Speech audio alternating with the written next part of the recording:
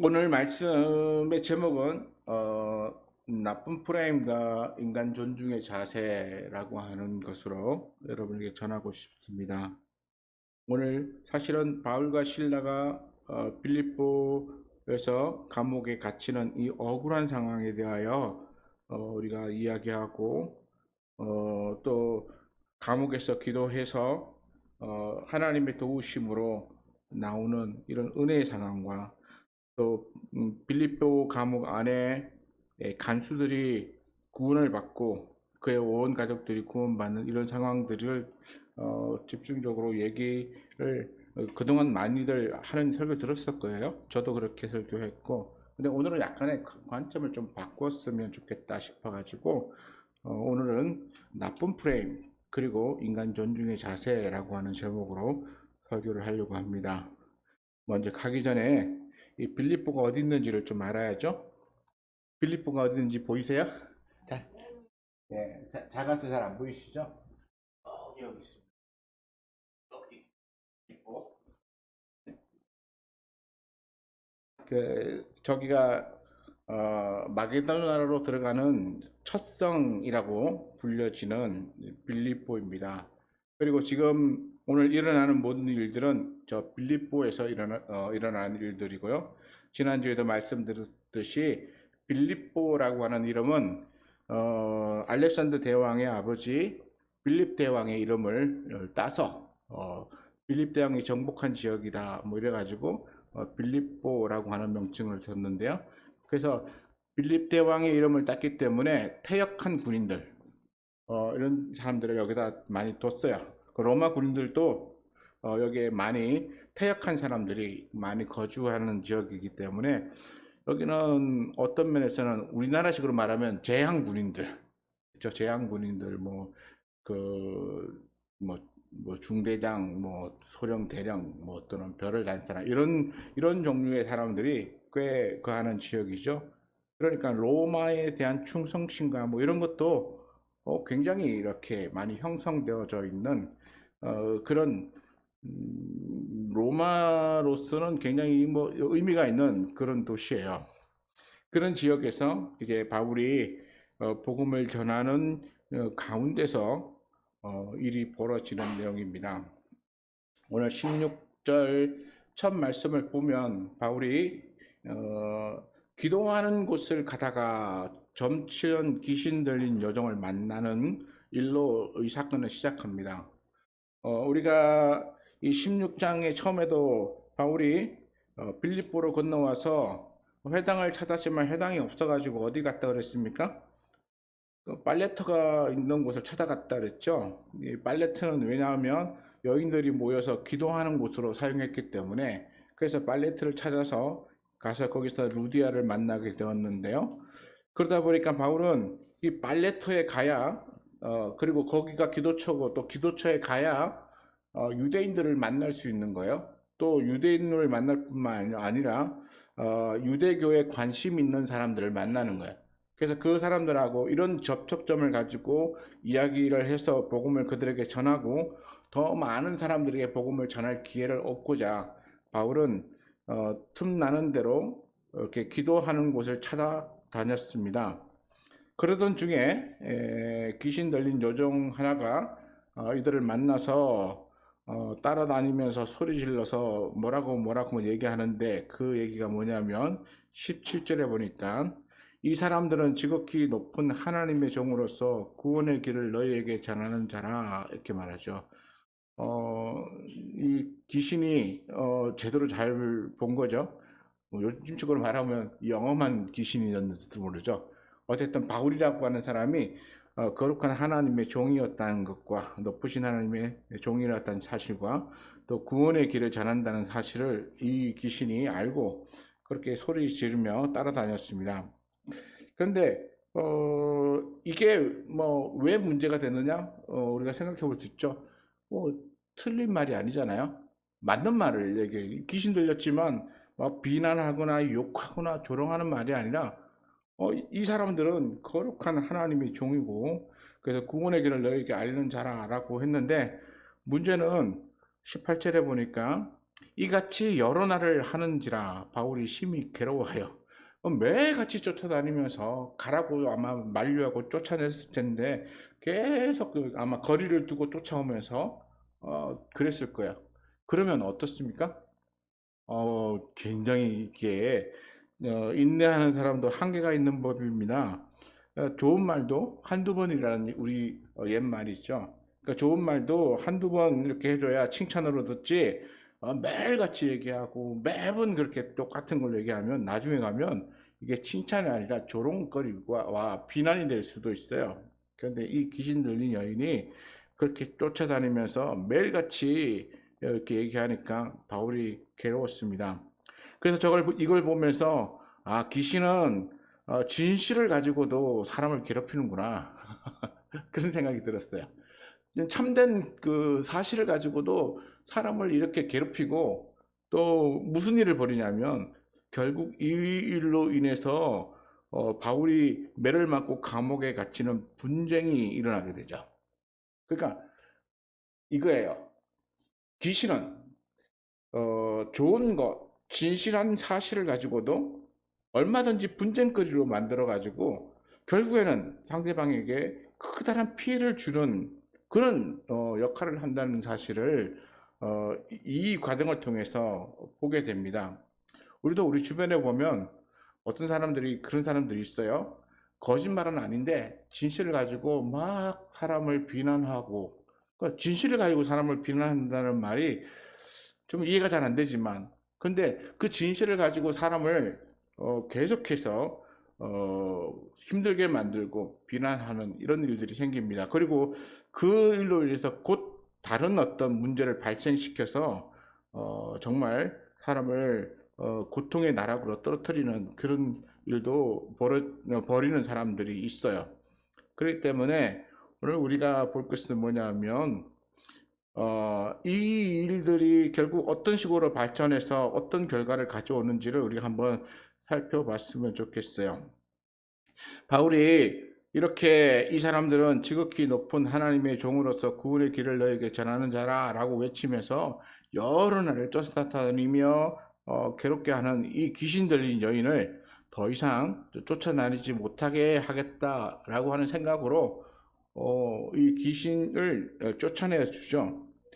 아마 첫날에도 이 귀신이 들린 여인을 알아봤을 텐데 그렇지 않은 바울의 이유는 뭐 아마 있을 거라고 생각해요. 그게 뭐냐면 이 여인이 홀로 그냥 귀신 들려 있는 여인이 아니고 이 여인들에게는 주인이 있는, 그래서 장사를 해서 돈을 벌어줘야만 하는 주인이 있는 그런 종이었기 때문에 이 여인에게서 귀신을 쫓아내는 일을 아마 첫날 바로 하지 않았던 것 같고요. 그리고 심히 괴롭게 하니까 그때서야 마지못해서 이제 귀신을 쫓아냈는데 그 결과로 인해서 19절에 보니까 여종의 주인들은 자기의 수익의 소망이 끊어진 것을 보고 바울과 실라를 붙잡아 장터로 관리들에게 끌어갔다가 상반들 앞에 데리고 가서 말하되 이 사람들이 유대인인데 우리 성을 심히 요란케 하여 로마인인 우리가 받지도 못하고 행하지도 못할 풍속을 전한다 하거늘, 이러면서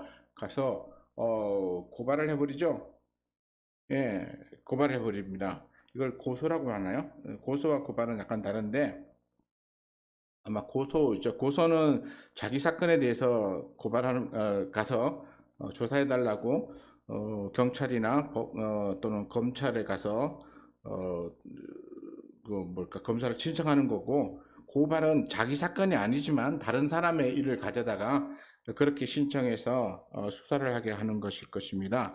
제가 알기로는 그렇게 하는데 어쨌든 간에 이 여종이 귀신이 나감으로써 더 이상 점괘를 치거나 뭐 이런 일로서 소득을 얻었던, 여기 보니까 큰 소득을 얻었다 그러는데 이 큰 소득을 얻는 일을 뺏긴 거죠. 잃어버린 거죠. 그러고 나니까 이 여종의 주인들은 굉장히 화가 났을 것입니다. 그리고는 그거에 대한 보복 심리로서 무엇을 하냐면 로마 군인들에게 가서 고발을 해버립니다. 여기 보니까 일제히 일어나 고발하니, 여기 보니까 그 여종의 주인만 아니라 그 일에 같이 관련된 여러 사람들이 같이 하는 거니까 이게 고발이 되는 것 같아요. 그래서 고발을 하니까 상관들이 옷을 찢어서 벗기고 매로 치라 이렇게 됐습니다. 자, 그러면 우리 여기서 그동안은 잘 보지 못했던 한 가지 사실을 우리가 한번 살펴보기로 해요. 뭐 어떤 거냐면 여기서 여종의 주인들이 바울과 실라를 로마 상관들에게 고발하는 내용과 실제의 사건이 일어난 것은 똑같은 것인가 다른 것인가 우리가 한번 살펴보고자 합니다. 자, 여종의 주인은 여종에게서 일어난 일이 무엇인지를 우리가 알아야 되죠. 그래야 여종의 주인의 심리가 어떤지를 알 수가 있죠. 여종에게서는 무슨 일이 벌어졌습니까? 그동안 이 여종에게 귀신 들려서 여종을 점괘를 치게 하는 일로 이 주인은 그 돈을 벌어서 살았는데, 그런데 이 여종에게서 귀신이 나가니까 더 이상 점괘를 칠 수 없어서 이제는 이 여종이 주인을 위해서 돈을 벌어줄 수 없는 거야. 그러면 어떤 일입니까? 이 여종의 주인은 수익을 잃어버린 것이죠.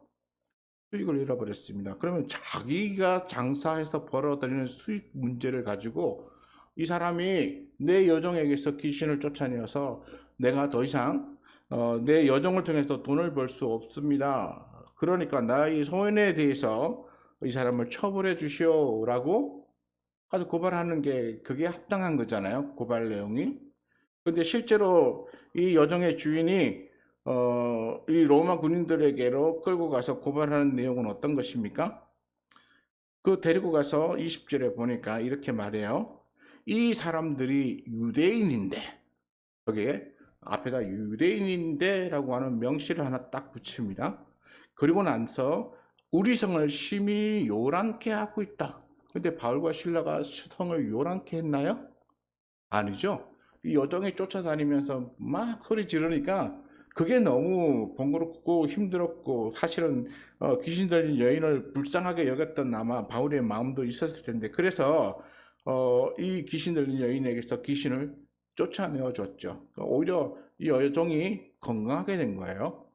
건강하게 되어졌으면 우리는 여인이 나음에 대하여 기뻐해야 되지 않을까 싶죠. 그렇죠? 근데 이 여종의 주인들은 이 여종이 나옴에 대하여는 전혀 관심이 없어요. 뭐에만 관심이 있습니까? 자기가 더 이상 큰 돈을 벌 수 없게 되었다는 것에 관심이 있어서 그래서 바울을 이제 로마 군인들에게 가서 고발했는데 그런데 원래에 지었던 죄하고는 상관없이 오히려 성을 요란하게 한다라고 하는 죄를 좀 확대를 하는 거야. 키워요. 그 아까 내가 유대인이라고 하는 그 앞에다 명시해 놓은 단어가 있다 그랬죠? 그리고 난 다음에 21절에 가면 로마인은 우리가 이렇게 되어져 있어요. 로마인은 우리가 받지도 못하고 행하지도 못할 풍속을 전한다. 그러니까 누구와 누구를 대비시켰습니까? 유대인과 로마인을 대립을 시켰어요. 사실 바울과 실라가 유대인을 대표하는 사람들은 아니잖아요. 그냥 유대인의 한 사람, 두 사람, 요 정도에 해당되는 사람이에요. 그런데 마치 바울과 실라를 유대인의 대표적인 사람으로 등장을 시켜버립니다. 그리고 난 다음에 자기들은 누구라고 말합니까? 우리는 로마인인 우리야. 이렇게 돼요. 그리고 제가 아까 빌립보가 어떤 지역이라고 말했습니까? 로마의 퇴역한 군인들이 많이 머물고 있는 그런 지역이에요. 그러니까 로마에 대한 충성심과 뭐 요즘 속시 말하는 국가에 대한 이런 보수적인 이런 개념을 가지신 분들이 많이 거주하는 아마 그러신 곳이라고 우리는 여겨볼 수 있죠. 그러니까 유대인이 갑자기 평화로운 이 빌립보에 와서 로마인인 우리가 받지도 못하는 풍속을 전하면서 굉장히 크다란 문제를 일으키는 죄를 범했습니다. 라고 하는 식으로 바울과 실라를 이 로마 병사들에게 이렇게 고발을 하는 거야. 그러니까 이 일로 인해서 무슨 일이 벌어졌습니까? 22절에 보니까 무리가 일제히 일어나 고발하니 상관들이 옷을 찢어벗기고 매로 치라 이렇게 했어요. 재판을 하지도 않아요. 고발이 들어오면 로마는 있잖아요. 굉장히 이 법이 까다로워가지고 재판을 해야만 처벌을 하게끔 되어져 있거든요. 반드시 재판을 하도록 되어져 있는데 여기는 재판을 안 해요. 그리고는 고발하는 사람의 말을 그냥 100% 믿고 그리고 옷을 벗기고 병사들이 가서 매로 치라고 그렇게 형벌을 내려버립니다. 그리고 난 다음에도 뭐 이게 뭔가 그게 충분하지 않다고 생각했는지 많이 친 후에 23제로 보니까 옥에 가두고 간수들에게 지키게 하는데 근데 그 옥이 어떤 옥이냐면 굉장히 깊은 땅 속에 있는 감옥에다 가둬버린 거예요. 그리고 착고에 쳤다라고 하는 것은 굉장히 중대한 범죄자들에게 내어지는 것이죠. 벽에다가 이렇게 쇠사슬로 이렇게 해서 발을 묶어서 신체적으로 자유롭게 움직이지 못하게 하는 그런 벌인데 그런 벌을 내린 것입니다. 근데 실제 바울과 실라가 범한 죄라고 하는 것이 만약 이것도 죄라고 한다면 이것이 그만한 형벌을 받을 만한 죄인가? 중죄인들에게 내려질 이런 형벌을 이 두 사람이 받는 것이 합당한 것인가? 우리가 한번 생각해 봐야 되죠. 근데 그렇게 합당한지 안 한지를 알려면 첫 번째는 일단 재판을 받아야 되는데 재판도 안 받고 그냥 가서 이 고발하는 사람들의 말을 듣고 이 상관은 그렇게 팍 판단해 버리고 처벌하고 감옥에 가둬버린 거예요. 자, 그러면 이게 무슨 일일까? 왜 이런 일이 벌어졌을까? 왜 상관은 재판도 하지 않고 이렇게 바울과 실라를 때리고 감옥에 가두었을까? 이게 이 로마가 아니라 빌립보를 평화스럽게 다스려야 하는 로마의 군인 또는 상관의 입장에서는 빌립보가 소란해지는 것을 좋아할 리가 없죠. 그리고 범죄자들이 자기의 있는 지역에 들어왔다라고 하는 것에 대해서도 굉장히 민감하게 반응할 거예요. 그렇잖아요. 우리도 누군가 아주 나쁜 사람이 저기 왔대 이러면 그 사람 왜 왔대? 그러면서 그런 사람이 온 것에 대하여 우리는 잘 알지도 못하지만 그런 말 한마디만 들어도 우리 마음이 불편하고 그렇잖아요. 그 사람 빨리 어디 갔으면 좋겠다라고 하는 그런 심리가 생기는 거잖아요. 그러니까 아마 이 로마의 이 상관도 그런 생각이 들었던 것 같아요. 그러니까 이 바울과 실라가 어떤 사람인지에 대하여 알지도 못한 채로 알아보려고 하지도 않는 그런 상황 속에서 그냥 쳐버려 버린 거예요. 이게 소위 말하는 누구에게 딱지를 붙였다. 우리 예전에 말했죠. 어떤 나쁜 딱지를 붙여서 그 사람을 나쁜 쪽으로 간다. 근데 요즘은 그 딱지를 뭐라고 표현하냐면 프레임이라고 표현해요. 어떤 사람을 어떤 프레임에다 가둬버렸다. 그리고 그 프레임에서 벗어나지 못하게 그게 틀 안에다 집어 넣어 버린 거죠. 그리고는 그 틀 안에 가두어서 그 사람이 벗어나려고 노력할 수도 못하게 하는 틀에다 딱 가둬 넣어 버린 거야. 그러니까 바울과 실라는 어떤 면에서는 이 주인에게 장사를 해서 얻을 수 있는 수익에 대한 피해를 준 것은 뭐 우리가 이런 식으로 얘기하면 맞는 거예요. 하지만 그 피해에 대한 보상을 하게 해야지 이를 이렇게 극심하게 때려가지고 여기 보면 그냥 친 것도 아니고 23절 보니까 많이 친 후에 그리고 감옥에 가뒀어요. 그가 저지른 범죄와 이 많이 맞고 감옥에 가둔 이것이 정말 동등한 법대로의 처벌이었는가라고 생각해 보면 아닐 거예요. 좀 더 심각한 문제죠.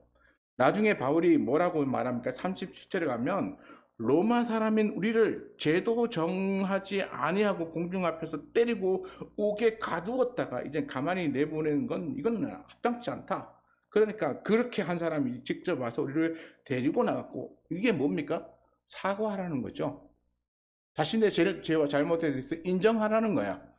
그래야 우리가 나간다. 그랬더니 부하들이 가서 이 사람들은 로마 사람이다라고 전했더니 이 로마 이 상관들이 깜짝 놀라가지고 로마 사람이라고 하는 것에 두려워가지고 그리고는 와서 막 이렇게 사실 빌죠. 그리고 조용히 떠나가 주기를. 왜냐하면 로마 사람이 이 바울을 재판도 안 하고 이런 일을 벌였다는 것이 위로 보고가 되면 이 사람에게는 아주 치명적인 문제가 될 수 있거든요. 그러니까 쉬쉬하고 좀 떠나달라고 제발 좀 그렇게 해달라고 부탁해서, 그래서 바울이 그냥 조용히 사과만 받고 떠나는 이런 걸 볼 수 있어요. 그러니까 이건 굉장히 중대한 문제예요. 이 중대한 문제에 대하여 이들이 이렇게 아주 조급하게 판단하고 처벌할 수 있었던 그 원인은 뭐냐면, 이 여정의 주인이 이 바울과 실라에게 일종의 딱지 또는 프레임을 씌워버린 거예요. 나쁜 놈이야. 이런 놈은 절대 우리 빌립보에 있으면 안 되는 놈입니다. 왜냐하면 이 놈은 이 유대인인데, 이 나쁜 유대인인데, 그런데 우리 성에 와서 아주 소란케 할 뿐만 아니라 우리 로마 사람인 우리가 받지도 못할 아주 악독한 풍습을 전하는 나쁜 놈입니다 라고 하는 프레임을 딱 씌워갖고 고발해버린 거예요. 그러니까 그 말을 들었던 이 로마의 상관은 두 번 생각할 필요도 없이, 그래? 나쁜 놈. 그러면 저를 처벌해야지. 그리고 매를 치게 하고 감옥에 가두어 버리고 하는 이런 일이 벌어지고 말았던 거예요. 성경 안에 이런 일이 있어요. 자, 그런데 이런 일이 지금 바울에게만 일어난 일이었는가라고 하는 것을 생각해 보면 그렇지 않아요. 어디에도 일어났습니까? 우리 너무나도 중요한, 성경에 매우 중요한 인물이 누구죠? 예수님이잖아요. 근데 예수님에게도 똑같은 일이 벌어졌어요. 예수님에게서도 이런 프레임을 씌워가지고 이 사람은 나쁜 놈입니다. 그리고 십자가에 못 박아 죽여야 됩니다라고 하는 이런 방향으로 몰아갔어요. 자, 우리가 복음서에 보면 많이 있는데 그 중에 제가 누가복음 23장을 가지고 왔습니다. 제가 읽어드릴게요. 자, 무리가 다 일어나 예수를 빌라도에게 끌고 가서 고발하여 이르되 우리가 이 사람을 보매 우리 백성을 미혹하고 가이사에게 세금 바치는 것을 금하며 자칭 왕 그리스도라 하더이다 하니 빌라도가 예수께 물으되 내가 유대인의 왕이냐? 이렇게 물어요. 여러분 들어보시면 어떻습니까? 예수님이 정말 이렇게 큰 잘못을 범했나요? 백성을 미혹하는 사람이었습니까? 오히려 백성들에게 소망을 주고 하나님 나라의 말씀을 전하고 많은 귀신 들린 자가 병든 자를 고쳐주고 심지어 죽은 자도 살려주고 또 가난하고 고통받는 사람들을 이렇게 선한 길로 인도하시는 분이었는데, 이런 예수님을 향해서 이 사람들은 어떤 것을 덮어 씌워요? 이 사람들이 덮어 씌우는 것은 이 사람은 우리 백성을 미혹하고 가이사에게 세금 바치는 것을 검하며 자기를 자칭 왕 그리스도라고 그렇게 말하는 사람이라고 하는 프레임을 뒤집어 씌워버리는 거야. 그리고 나니까 빌라도가 딱 들어오는 개념은 그거예요. 네가 진짜 왕이냐? 묻는 거야. 이 왕이라는 프레임은 아주 무서운 거예요. 왜냐하면 당시에 로마가 지배하는 세상이었고, 그리고 유대인의 이 땅도 지금 로마가 다스리고 있는 식민지거든요. 그러니까 식민지 지역에서 왕이 로마의 허락 없이 독자적으로 일어났다는 얘기는 무엇입니까? 이거는 로마에 대한 반역이에요. 로마에 대한 반역. 빌라도가 민감하게 반응한 것은 바로 네가 로마를 대항하여서 반역을 일으킬 왕으로서 너 스스로를 그렇게 인정하느냐? 라고 묻는 거예요. 그러면 로마의 총독인 빌라도 입장에서는 로마에 반항하는 또는 밀란을 일으키거나 폭동을 일으킬 이 예수는 가만히 두면 안 되는 사람이죠. 최소한 감옥에 가두어 놓거나 아니면 사형에 처해야 할 사람인 거예요. 근데 이렇게 예수님에게 뭔가를 이렇게 죄를 뒤집어 씌워서 그리고 그 틀에 가두어서 빌라도에게 고발하는 이 사람들의 주된 목적이 무엇입니까? 이 사람들의 주된 목적은 예수를 십자가에 못 박아 죽여버리는 거였어요. 대제사장과 또 바리새인이나 서기관들이나 율법학자들의 주 목적은 뭐였어요? 예수님이 자꾸 돌아다니면서 백성들에게 자신들의 잘못을 이렇게 지적하고, 그리고 백성들이 자기들보다 예수님을 자꾸 따르니까 이걸 그냥 둬서는 안 되겠다라고 생각해가지고 예수를 없애버리자. 그들이 오랫동안 의견을 모아가지고 최종적으로 낸 게 바로 빌라도의 손으로 예수를 죽여버리자라고 하는 그런 결론을 만들었거든요. 그리고 난 다음에 빌라도에게 가서 그냥 예수를 죽여달라 이러면 빌라도가 무슨 살인 청부업자도 아니고 그러니까 안 죽여주잖아요. 그러니까 죽여줄 만한 제목을 덮어 씌우는 거예요. 그 제목을 덮어 씌우려고 보니까 예수가 그동안 했던 일들 중에 빌라도가 예수를 죽일 만한 죄가 없는 거죠. 그러니까 그동안 했던 일을 이렇게 꼬는 거예요. 그리고 또 과장해서 확대시키는 거예요. 그리고 어떤 것들은 없는 걸 또 만드는 거예요. 그래서 교묘하게 몇 가지 사실을 있는 것을 꼬기도 하고 확대시키기도 하고 없는 것을 살짝 보태기도 해서 예수님을 어떻게 만들었습니까? 죽여야만 할 죄인으로 만들어버린 거예요. 빌라도가 십자가에 못 박아 죽여야만 할 죄인으로 이 예수님을 그렇게 만들어버렸어요. 그리고는 예수를 죽여달라고 지금 고발하고 있는 거예요. 근데 빌라도가 그래도 나름 똑똑했던 사람인지 뭐 이렇게 저렇게 알아보고 자기가 또 부담되니까 또 다른 사람에게도 넘겨주고 막 이렇게 해서 뭐 판단을 유대인들의 일방적인 판단에 현혹되지 않으려고 꽤나 노력했던 것 같아요. 그래서 15절에 보니까 23장 15절에 헤롯이 또한 그렇게 하여 그를 우리에게 도로 보내었다. 보라, 그가 행한 일에는 죽일 일이 없느니라. 이렇게. 그래서 빌라도가 이거 부담스러운데 이래 싶어서 이제는 죽일 죄가 없다 이러고 놓아주려고.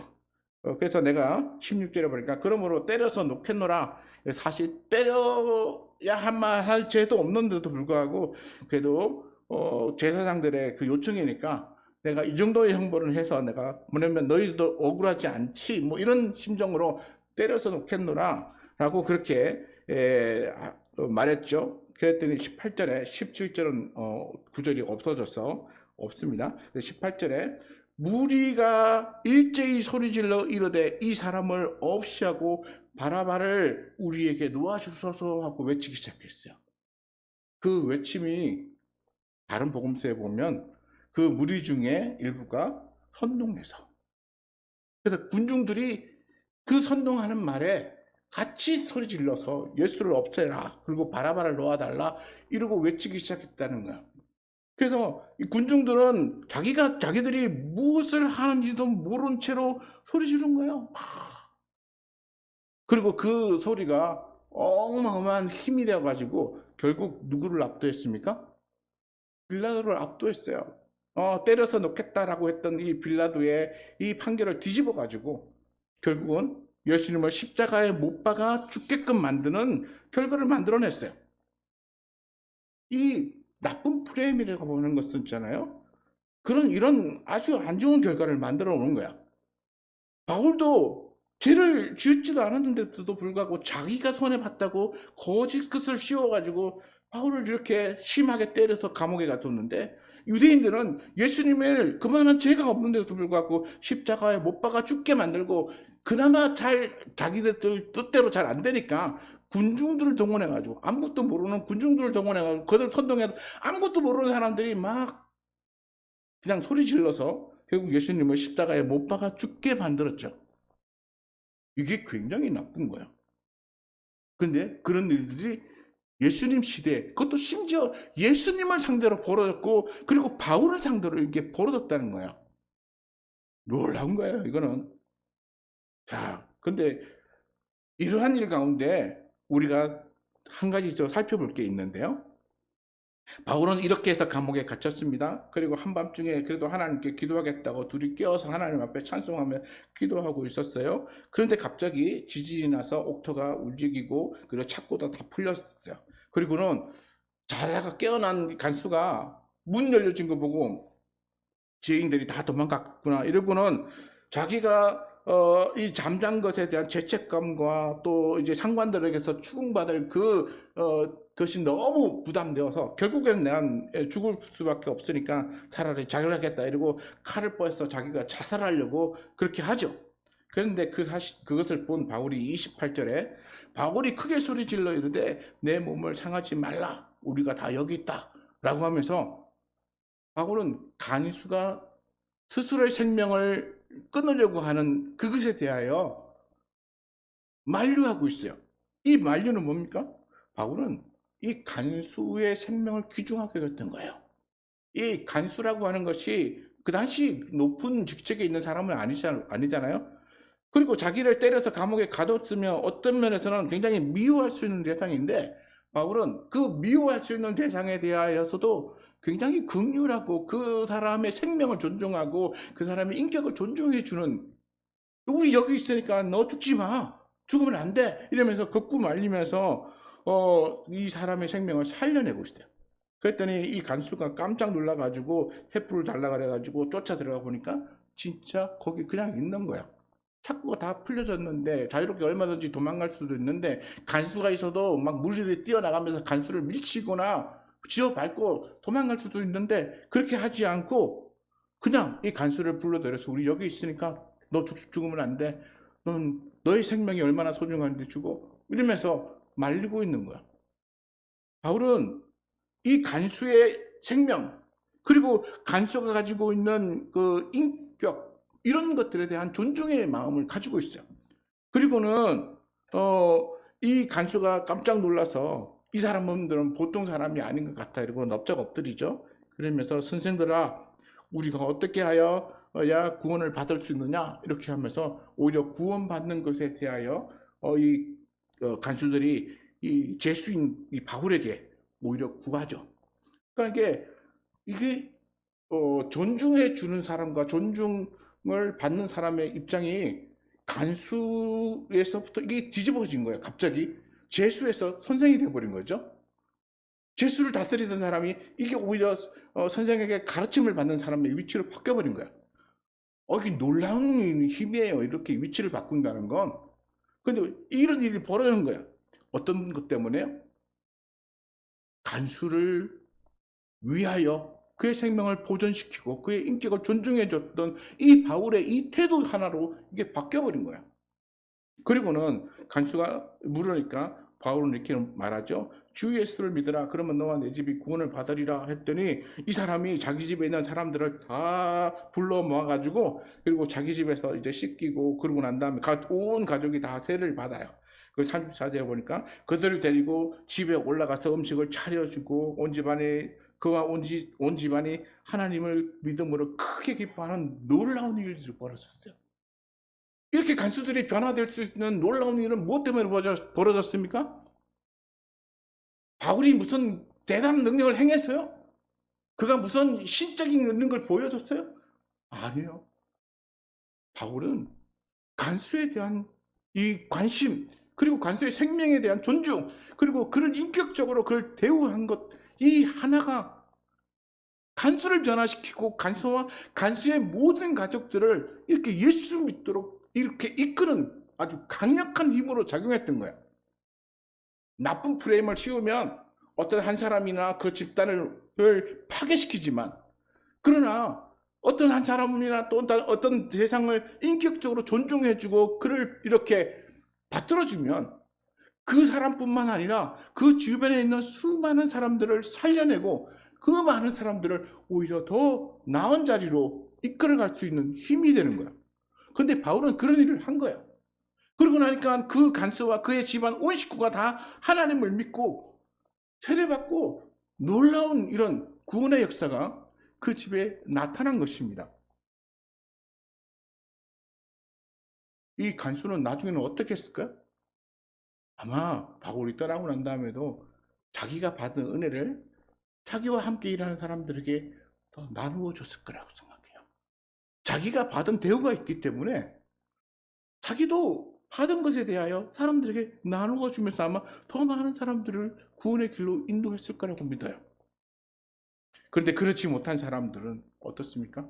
결국엔 존중하지 못했던 사람들은 우리가 로마 사람인데 죄도 정치 않고 우리를 이렇게 매를 때리고 감옥에 가두었느냐라고 했더니 이 사람들은 그 말을 듣고 깜짝 놀라서 뛰어와갖고 이 말 듣고 두려워해서 고뇌하여서 그냥 성을 조용히 떠나라고 그렇게 그냥 죄를 감추는 일에 급급한 거예요. 오늘 우리가 예수 믿으면서 우리의 태도는 어떻게 해야 되는가?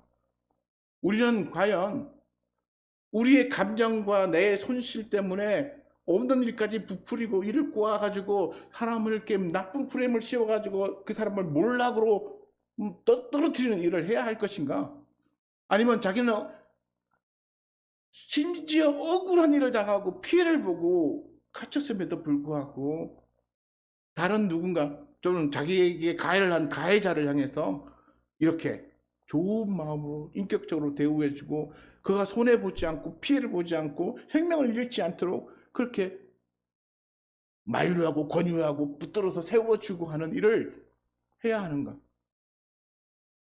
우리 예수 믿는 사람들은 과연 어디에서 해야 하는가요? 우리는 있잖아요. 쉽게 나쁜 프레임에 빠져가요. 왜냐하면 동네에서도 있잖아요. 동네에서도 어떤 사람에 대한 나쁜 얘기가 이렇게 어떤 사람들을 통해서 몇 번 흐르잖아요. 그럼 얼마 안 있으면 동네 모든 사람이 그 사람을 나쁜 사람으로 낙인을 찍어버려요. 이게 나쁜 틀로 이렇게 가둬버리죠. 그러고 나면 모든 사람이 그 사람에 대해서 한마디도 해보지 않은 사람이 그 사람을 보면서 아, 저 사람은 그 사람이지, 나쁜 사람이지 하는 그 틀 속에서 이 생각에서 벗어나지 않고 그 사람을 그렇게 바라보는 거야. 우리 예수 믿는 사람들이 어떤 사람에 대해서 알지도 못하면서 그렇게 나쁜 사람으로 인식시켜 버린다면 우리는 예수님을 십자가에 못 박았던 이 군중들하고 조금도 다름없는 사람이에요. 내가 알지도 못하는 사람에게 함부로 말하고 함부로 판단하고 그렇게 행동한다면 우리는 여전히 예수님을 십자가에 못 박으라고 아무도 그 나쁜 일에 대해서 정확하게 확실하게 이 사람은 십자가에 못 박아야 될 사람이라고 말해줘서 증명해 준 적도 없지. 그 옆에서 십자가에 못 박아야 돼 라고 하는 말 한마디에 충동돼서 움직이는 그 유대인들과 우리가 뭐가 다른 거예요? 다 똑같은 거예요. 그렇기 때문에 우리는 잘 생각해야 돼요. 그리고는 바울도 보면 이렇잖아요. 이렇게 나쁜 프레임에 빠져갖고 억울한 일이 당한 사람이 결국 자기의 진실을 드러내요. 아, 그렇지 않다고. 너무너무 힘든 과정을 겪고 난 다음에 드러내잖아요. 그런데도 바울은 정당한 보상을 받고 떠납니까? 자기가 억울한 매 맞음과 감옥에 갇힌 것에 대하여 그게 충분한 보상을 받았나요? 결국 바울은 충분한 보상 못 받았어요. 겨우 와서 두려워서 그냥 권해서 내보내는 뭐 약간의 사과 정도는 받은 것 같은데 제대로 받지 못하고 가는 거예요. 그러니까 프레임에 억울하게 쓰임 당한 사람은 그거에 한번 이렇게 딱지가 딱 붙으면 있잖아요. 그 사람은 평생 그걸 벗어나시기가 너무너무 힘든 거예요. 내가 누군가에게 그렇게 뒤집어 씌워놓고 그 사람을 그렇게 만들어서 많은 사람들에게 비난받게 만들어 놓는다면 과연 내가 하나님 앞에 갔을 때에 내가 선한 사람이라고 난 죄가 없다고 그렇게 말할 수 있겠습니까? 우리 자신의 말과 행동 그리고 어떤 사람에 대한 선입견, 판단 이런 거 굉장히 조심해야 되고 또 특히나 남들이 한 판단에 대해서 내가 그 사람이나 그 사건에 대해서 충분히 알기 전에 내가 거기에 동참해서 함께 합류한다면 우리도 그들과 동일한 죄 속에 빠지드는 거야. 예수님을 죽인 건 유대인과 또는 바리새인들과 율법학자들과 그 일부 특권적인 사람들이지만 그러나 결국 누가 욕먹습니까? 유대인 전체가 욕먹어요. 왜냐하면 그 군중들이 같이 소리 질렀거든요.